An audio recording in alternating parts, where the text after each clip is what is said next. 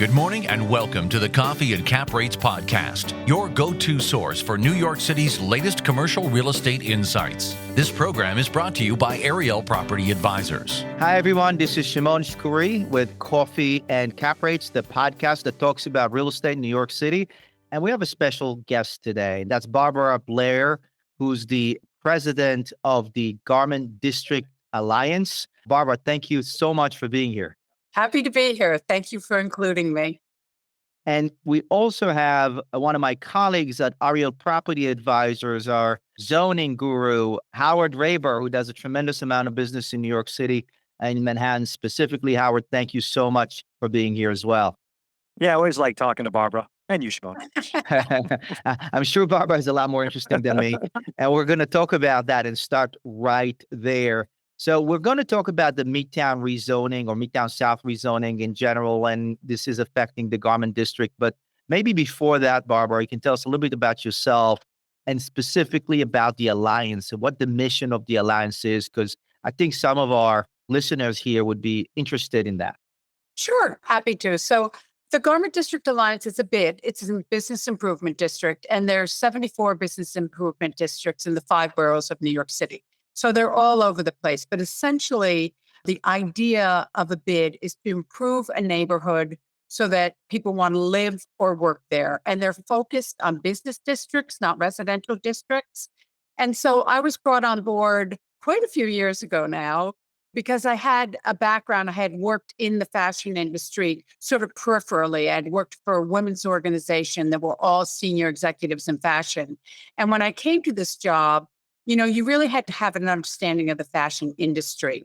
So the neighborhood has changed dramatically, but the fashion industry has changed dramatically also.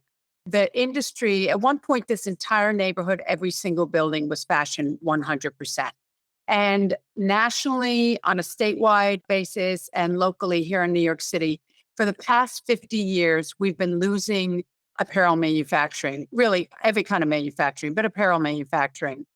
And so as we saw manufacturing jobs declining in the neighborhood, we needed a new use group to come in to absorb the space that was becoming available. So even in 1987, Ed Koch did a special garment district overlay zoning to ensure that the side street buildings in the garment district would remain fashion manufacturing. And the overlay zoning said that 50% of that space, or about 9.5 million square feet, had to be preserved for apparel manufacturing. It never made a bit of difference. Since 1987, we've lost 93% of the fashion manufacturing jobs in this neighborhood. And even since 2016, we had between 4,500 and 5,000 jobs in apparel manufacturing. We're at about 2,700 now. And in the entire industry, which is design, manufacturing, and sales, you only have about 13,000 jobs. So before COVID, we had about 146,000 jobs in this neighborhood. Of those jobs, only 2% are in the apparel sector at this point. So one of the things that the ownership here has been very concerned with is when people started coming in probably 20 or 25 years ago that were non-fashion, they were all illegally occupying this space. They weren't a permitted use. So we were trying to figure out how do we get this overlay zoning lifted so that we could have legitimate business-to-business services and other users of the space. There's about 40 million square feet of space in the Garment District. In 2018, we were finally successful in getting the overlay lifted so that other business sectors that were in these buildings were legal, except for we still had an area that was manufacturing. And when the city started looking at the city of yes for housing, and when housing became such an overarching priority for the city of New York, they started looking at manufacturing districts in Midtown Manhattan. And of course, we were one of 4 quadrants that the city rezoned to allow manufacturing to residential conversions. The rest of the district was picked up by the city of yes for housing. So a lot of our avenue buildings and buildings that are outside of the manufacturing district could convert. So we completely embrace this plan. But I will say that there's been a very, very vocal group of fashion industry practitioners who have always been concerned about being displaced by development. And by development, I mean the evolution of the neighborhood. I don't mean building buildings. And they've had a lot of sway with our elected officials. And so in 2018, they came to the bid and asked the bid to require that in exchange for the zoning, subsidize workforce development programs and that sort of thing for the fashion industry. We did do that for 4 years. We're in year 5. Then the MSMX plan came along. We completely embraced it because we've been agitating for allowing residential since 2005. And with the MSMX, we completely embraced it. It's 18 FAR, which is fantastic because it really creates an opportunity for owners to either convert or for new development in the neighborhood. But again, we had this outsized voice in the fashion industry, and sort of at the 11th hour, without the community boards knowing, without us knowing, our local elected official made a deal with the fashion industry and they excluded 37 buildings between 7th and 8th Avenues, between 35th Street and 42nd Street. So that's a corridor that really matters to us in terms of having residential because it abuts 8th Avenue. And 8th Avenue is this incredible challenge to the Garment District. We have 5 harm reduction entities on 8th Avenue. We have 16 shelters of one sort or another on 8th Avenue.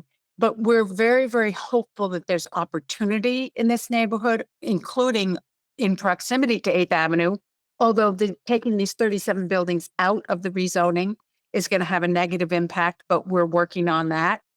But, with Penn Station one day being redeveloped and Port Authority being redeveloped, you have the 2 anchors of 8th Avenue. And we really believe there's opportunity if there was a seriousness of purpose with the city and the state to close this sort of black hole in the middle that is dragging down the entire neighborhood. And we're actually doing a symposium with the Center for an Urban Future on this topic. And Dan Garodnick is participating, and Carl Weisbrod and Vishan Chakrabarty and others will be participating. So, the challenges, I would say, are 8th Avenue. The opportunities are the transportation hubs. The opportunity for the neighborhood is bringing a new user and stakeholder group, which is residential, into the neighborhood. Huge opportunity. But there's a bump in the road because we have these 37 buildings that are excluded.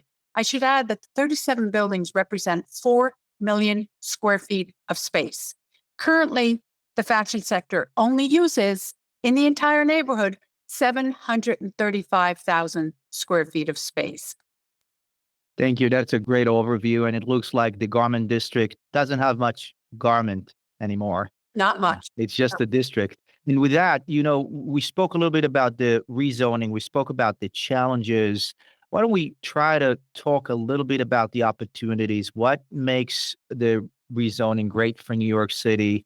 What makes it great for stakeholders? How do you see the area developing there and where we are in the process in general? So I would say that the opportunity is huge. First of all, for New York City, we need housing, period. And we need it at all levels.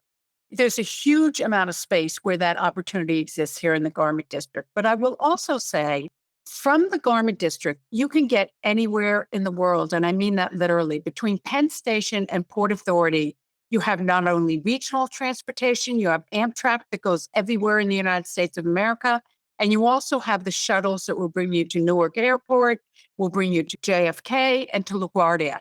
So you really don't need a car in the Garment District. And as someone that works here and loves the arts, I frequently walk to Lincoln Center. If I'm going downtown to 14th Street or Gramercy Tavern or wherever, I walk.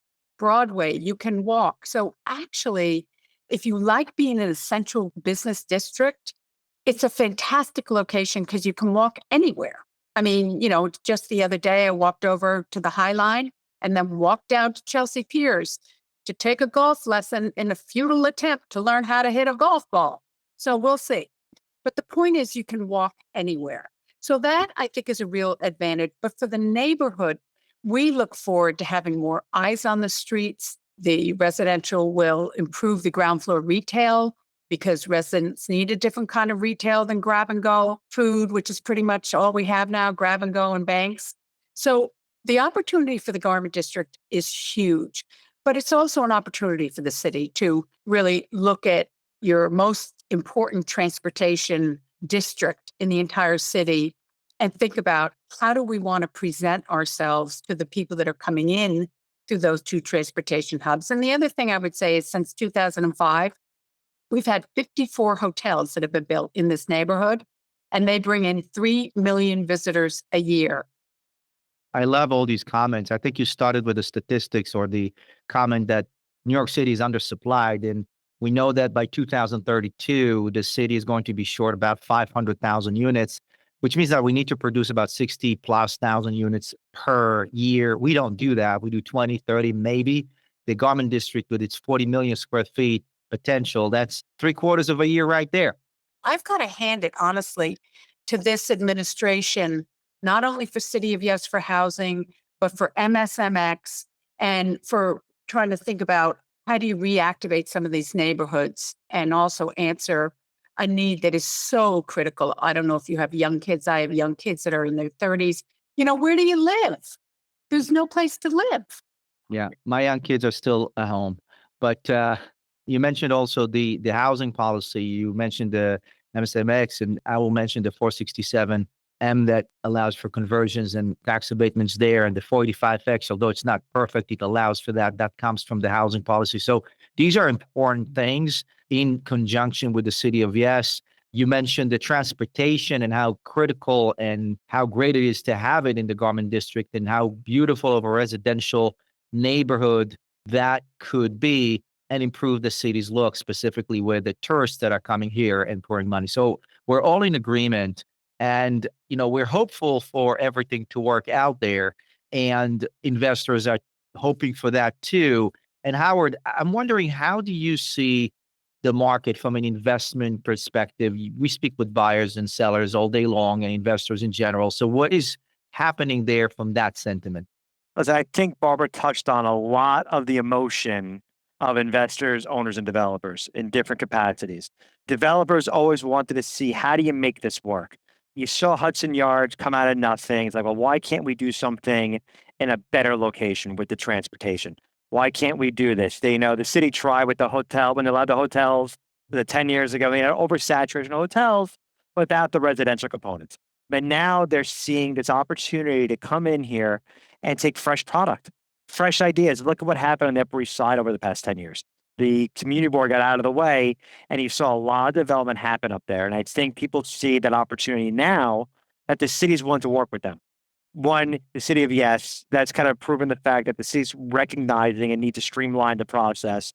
The 485X is back online in terms of an abatement of some kind. The 467M allows for using those existing office structures.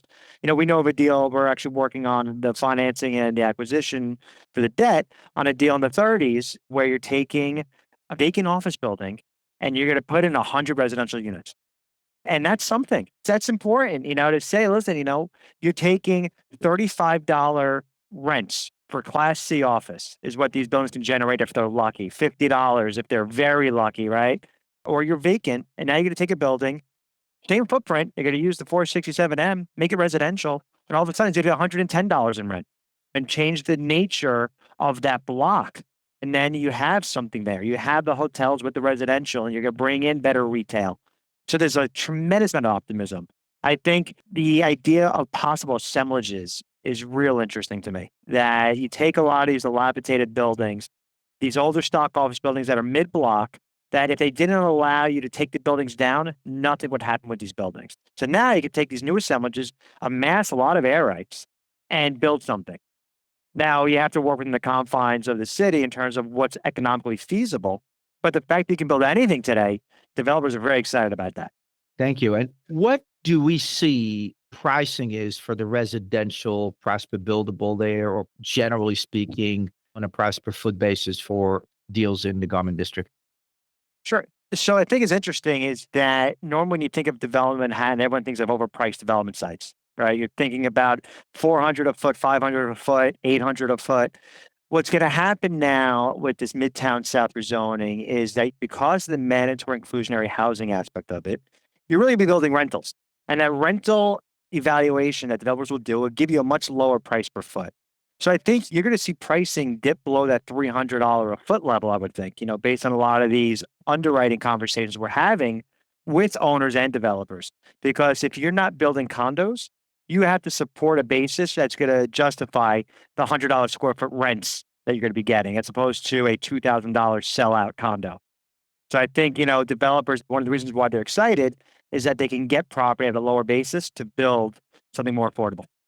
Thank you. And I'm going to go back to Barbara before we start wrapping this up and ask you, if you had your wish list and the organization's wish list, what should happen? What should a courageous mayor, and we're right before elections, what would a courageous mayor that's thinking about New York City and thinks about its stakeholders, all stakeholders, developers, residents, affordable housing residents, businesses, thinks about the big picture. What should they think about when they think about the garment district? So I think I agree with Howard. There are a lot of these buildings that we have on streets that I think you call them 25 footers or whatever. They're the 5-story tall buildings. Where we have 3 or 4 or 5 or 6 of these in a row, I'd love to see an assemblage, rip them all down, build a building, build housing. A lot of the side street buildings will be more difficult to convert, but they're beautiful New York loft buildings, really beautiful. Most of them are in excess. They're 15 FAR right now. They were built pre-restrictions on the FAR. A lot of those would make fantastic apartments. I think the city and the state has to get serious about 8th Avenue. 8th Avenue is a quarter, and Shimon Shkury, who's an architect who looked at the Penn Station redevelopment, submitted his own plan. It was fantastic. He said you have to have a grand entrance on 8th Avenue across from Moynihan, as well as 7th Avenue. That 8th Avenue has always been the back door. There's nothing there. It's awful. A grand entrance on 8th Avenue, and then everything between Penn Station and Port Authority is redone, whether it's through signage enforcement and getting rid of scaffolding and improving the ground floor retail, which should come with residential. And then the other thing is the neighborhood, it's almost like it has a moat around it. You had the development of Times Square. We thought it would trickle south, didn't trickle south. You had Hudson Yards. We thought we'd get back office, didn't trickle east. So all these things. And I think that the city needs to think about, how do you connect these neighborhoods with pedestrians and bikers? And an example is 37th Street, not a very attractive street west of 8th Avenue. That should become an incredible pedestrian corridor that brings you to the Jacob Javits Center. So I think the idea is, how do you integrate this neighborhood with the central business district and stop thinking of it as a stepchild of Midtown Manhattan? You can't get more Midtown than this. We connect to everything, and really sort of getting people to think about those connections so they think about how they can be using the neighborhood. You know what? I think it's a great point, because the way to do that, I think this is a good stepping stone, because if you get these developments online, the residential development, it's going to take some of those older stock buildings out of the rotation. So now all of a sudden you're giving the office developers or the office operators a different motivation to get involved in the area and say, now I'm going to feed off the residential. So now you're working together the same way you're getting a live-work mentality, and now you will bring that 24/7 kind of vision, and then it'll bring other amenities to the area. So I think once you bring people in there, I think you're right. Yeah. Yep. So these are the incentives that we're looking for from our government, from our city officials, maybe from the state as well, the incentives to build more and build residential, and maybe even persuade developers, if it makes economic sense, to build the plazas and the pedestrian walkthroughs and whatever we need there to make the neighborhood much more livable and to actually leverage that into our advantage. Any closing words from either of you before we wrap this up? Not me, but thank you so much for inviting me. It was nice to see you both again. Thank you, I Bob. enjoyed it. Thank you, everybody. And that's it for now today.